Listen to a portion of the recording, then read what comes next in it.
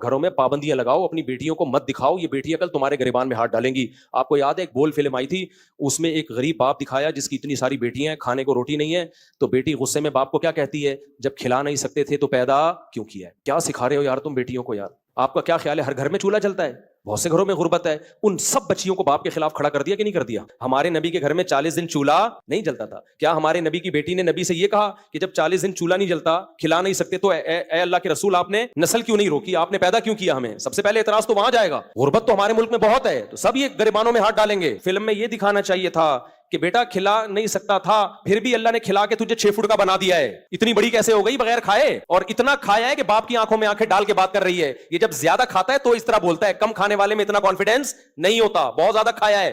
और फिर मैं अगर फिल्म बनाता ना, तो फिर मैं ये भी बोलता उसको, मैं बोलता कि बेटा मुझसे गलती हो गई, मैं खिला सकता नहीं थी, पैदा कर दिया, लेकिन अब इस गलती की तलाफी हो सकती है। बंदूक लो, मारो अपने आप को खत्म।